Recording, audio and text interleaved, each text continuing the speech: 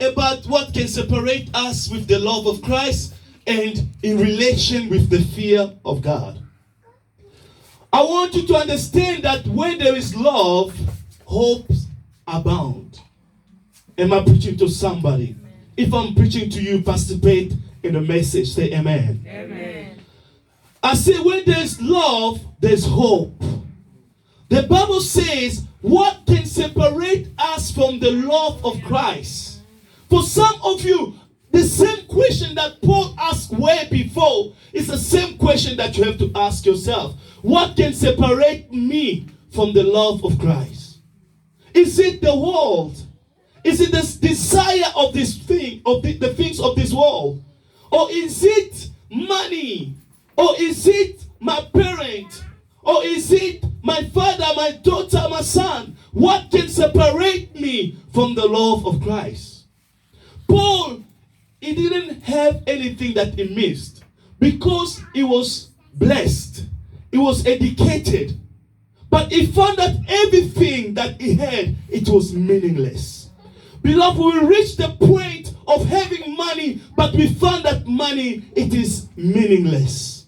We reached a point of having so many degrees, but we found that all of this without Christ, it is meaningless. That is the point that Paul reached. He said, what shall separate me from the love of Christ? The title I say is the fear of God. The fear of God is in response to the reverence of God. The fear of God is in response to the respect of God. There's two things of fearing somebody and respecting the person. If I respect you enough, I won't do things to pull you down. But if I fear you, in other words, I will pretend. There's three types of fear that I'm going to elaborate in this morning. The first fear is found in the book of Genesis. The Bible says in the book of Genesis chapter 39, verse 11 to 12, Joseph had the fear of God. Someone say godly fear. The first fear is godly fear. This person feared God without even having the New Testament. For some of us, the Word of God has been given to us in so many ways, but we don't have the fear of God.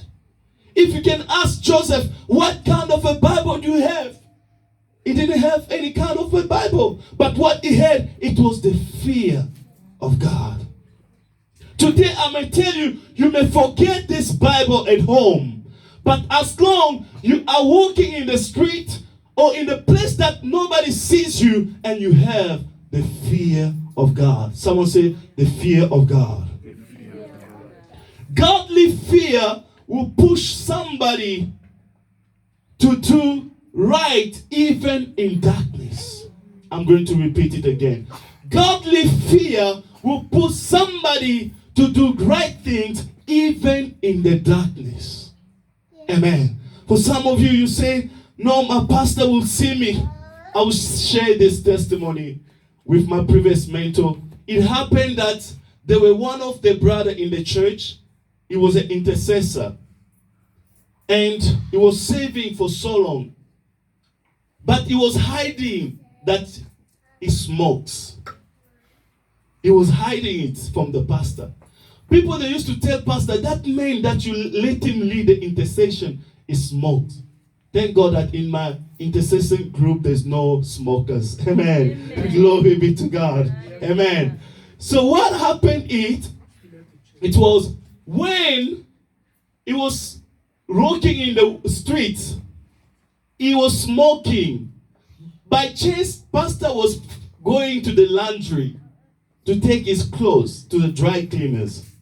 And the person saw the pastor from far. He took the cigarette and put it in the pocket. Oh my God. That is not the fear of God. That is the fear of a man. Amen. The fear of God will tell you, with the pastor or not, I have to respect my God. And when the pastor met him, They started talking for 1 minute, 2 minutes. And the pastor just saw the smoke coming out of the pocket. The pastor said, what's happening? There's a smoke in your pocket. And then he was surprised. Smoke, smoke. And then he started removing, and there's a cigarette. You can lie to everybody, but not God. Amen. The Bible says that God sees us. He knows even the deepest secret of man. Amen. I'm here to let you know the number one fear is the godly fear. Whenever you have godly fear, you're not going to go wrong. Joseph, in the book of Genesis chapter 39, verse 11, the Bible says that Joseph was only with Potiphar's wife. Only two of them. For some of the youngsters, they said, no, Pastor, that is an occasion. That's an opportunity for him to be rich. But be careful with some of the opportunity. It's not good for you. Some of the opportunity is not permanent. Am I preaching to somebody? Yeah, Joseph could catch this opportunity which wasn't permanent. But he said, no, this is just not enough for where I'm going. If you have dream or dreams, you believe that whatever that is happening around you as a fight, it's just temporary. It's something that will pass. I'm preaching to somebody today. The same way with Joseph, you are facing a situation that are going through for so long, but God is saying to you, that situation shall not take your life. That situation shall not kill you because of the one who lives in you. That reminds me about Shadrach, Meshach, and Abednego. The Bible says that King issued a venture by saying, whosoever will not bow before the statue must be killed, must be destroyed, must be thrown into the fire. The Bible says the people that took Shadrach and Meshach and Abednego, themselves, they were killed. We are facing the situation that people who wish bad for you, God will take them away. I say God will take them away. Only for those who believe, so shall it be. Amen. But they say to the king, our God that we serve is able to deliver us. You should be having the same positive mindset by saying, the Lord that I serve is able to deliver me from it. Amen. Amen. The second fear is improper fear. Improper fear, which means whenever someone is afraid or fearful of something, the same way with the prophet Elijah. The Bible says Elijah was afraid of Jezebel. The reason why he was afraid of Jezebel is he was about to get killed. Improper fear, there's a time that it pushes us away from God. The Bible says in the book of Psalm, chapter 56, verse 3, whenever I am afraid, I will trust in you. Psalm 56, verse 3. It doesn't mean that we cannot be afraid. All of us, we cannot be afraid some of the time. But David told us that whenever we are afraid, we must trust in God. Psalm 56, verse 3. Today, God is saying to somebody, whenever you are afraid, leave your fear in my hand. Elijah was so afraid, and he ended up saying to God, you know that I saved you faithfully. He thought that he was the only prophet that served God faithfully. He ended up saying, the Bible said, he said, I have jealous for you. I have zeal for you. Why am I persecuted? The Lord turned to him and said, consecrate for me Elisha, for I'm about to make him the next prophet. You thought that you are the only one who's the faithful servant of God. But God looked at you and said, I have 7,000 people who haven't bowed before Baal. Amen. That's the fear of God. There are people who are afraid of president, but they are not afraid of the God that they serve. I'd rather be fearful of my God than be afraid of a human being. Amen. The third fear is sinful fear. That we'll find it in the book of Genesis, chapter 3, verse 10. In the book of Genesis, chapter 3, verse 10, the Bible says Adam and Eve, after sinning, they went and hid themselves. And God was looking for them. The Bible says Adam was afraid. Why? The result of sin will push you far away from all God Almighty. They went to hide themselves because this is sinful fear. Whenever you sin, you fear that God will punish you. Just the same with your son or your daughter. If they have messed up in the house, that's the age that, especially 5, 6, or 3, or 2, those are the age that will mess up. The fear that they had in that moment is the fear that my mom or my father will punish me. Amen. But whenever we serve God, we must have the first fear, which is godly fear. Amen. I say, which is godly fear. In the book of Romans, chapter 8, verse 35. Let's go there. There's 7 elements that we can have in Romans chapter 8, verse 35. After saying what can separate me from the love of God, he gave example, or the first element that Paul gave us is tribulation. Someone say tribulation. Tribulation is the cause of trouble or suffering. Amen. But in the book of Romans chapter 3 verse 5, it says, we also glory in tribulation. Whenever you're suffering, you must find the glory of God in your tribulation. Am I preaching to somebody? I know this kind of message is not easy. That's why the Bible says, rejoice always, not some of the time. Always. Whether in good or whether in bad time. I remember as a family, we faced a season of dryness.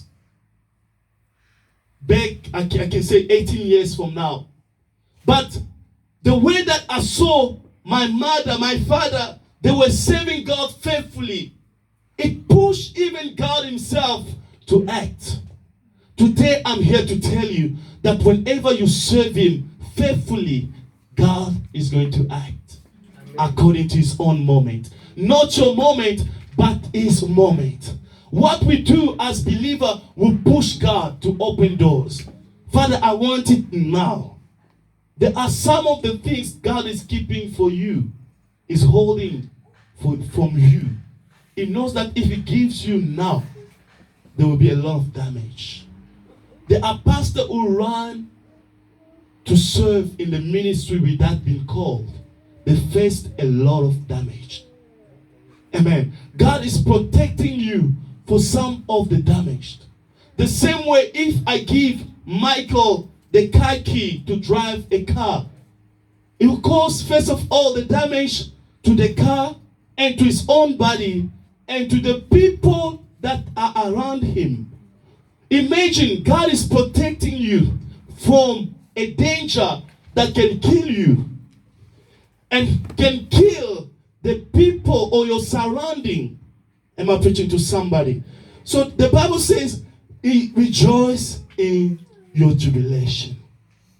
Whether you have it or not, just thank God. In fact, I like the people of the ministry. Some of them, when they don't have it, they are flourishing. It's the gift of God. When you have it or not, it shouldn't be as if it's the end of the world for you. Amen. Number 2, Paul says, is distress. Distress often is caused by a mental pain or a physical pain that causes someone to worry. It's like a torture. It's like sometimes you feel as if satazo beto dada na lingala. Satazo beto dada. For those who are speaking Lingala, you feel as if Satan is busy playing with you like football. But it's not time for you to give up. Am I preaching to somebody? Amen. When you feel like there's a lot of attacks around you, surrounding you, it's not time for you to give up. For those who hold the fear of God, like Job, oh my God, amen. Even in distress, even in lack, the scripture says Job's body becomes so bad that nobody could look at him twice. What can separate you from the word of God? What can separate you from the love or the things of God? Is it money? Back there I used to say, if there's only one millionaire here, the church will prosper if that person has a good heart. But if that person has a bad heart, we will say, those people are not in my standard. Check how many are they? They are 6, 7. That's not my kind of church. You want to go to, the higher level so that they can give him the front seat. Today you are running away from the front seat. When you have money, you see you with the suit. If we put you at the back seat where you are, you start saying, these people, they didn't honor me. I won't come in that church anymore. Amen. But we don't fear a man. We fear God. Amen. Whether big or small, the place that you have in church, it's your own decision, not pastor's decision. There are pastors who are making a lot of mistakes. Because he's the son of a Bill Gates, then I have to put him in the front seat. God is the one who deserves the first place. Am I preaching to somebody? The third word that Paul says is persecution. Persecution comes with oppression. Whenever you feel like you are about to give up, you feel like you are being victimized. You feel like if you are being abused by somebody. But it's not the time for you to give up. Satan is the abuser, but God is the repairer of the breach that was spoken. Amen. Amen. Satan will come and abuse you. Check the people who are alcoholic. I will share this testimony. It's not a testimony. It says what happened in our yard. There's one person. He smoked that in himself. He sees that the floor is wet. He called me, Pastor, come and see.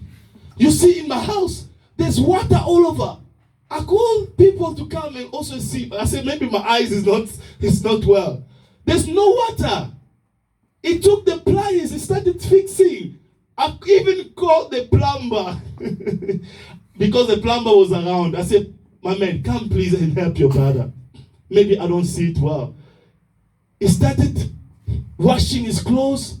He took the bucket. He started mopping. We don't see water. We don't see anything. But him sees things. Can you see how Satan can abuse you? Am I preaching to somebody? Yeah, Satan can abuse you in a level you become like a down person. The end of the day, we thought that it's going to finish. But it was for the second day, third day, and the fourth day. I was like, this person, what kind of drug have you taken? Satan will play with you like a child if you offer yourself to him. Amen. The fourth is famine, anger, whenever you don't have food to eat. The Bible says in Israel, people were eating even the kids or the babies because of the anger. I'm here to tell you, David says in the book of Psalm 37, verse 19, they will not be ashamed in the time of evil. In the days of famine, they will have it in abundance. Amen. In the day of famine, you must believe that there's a day that the Lord will visit me. There's a day that the Lord will visit my family. There's a day, whether you've been born in a family that is poor, whether you are rich or not, God is saying that there's a day that you have it in abundance. The fifth point, it's a bit tricky, it's nakedness. In the book of Job, chapter 42, verse 1, the Bible says Job lost everything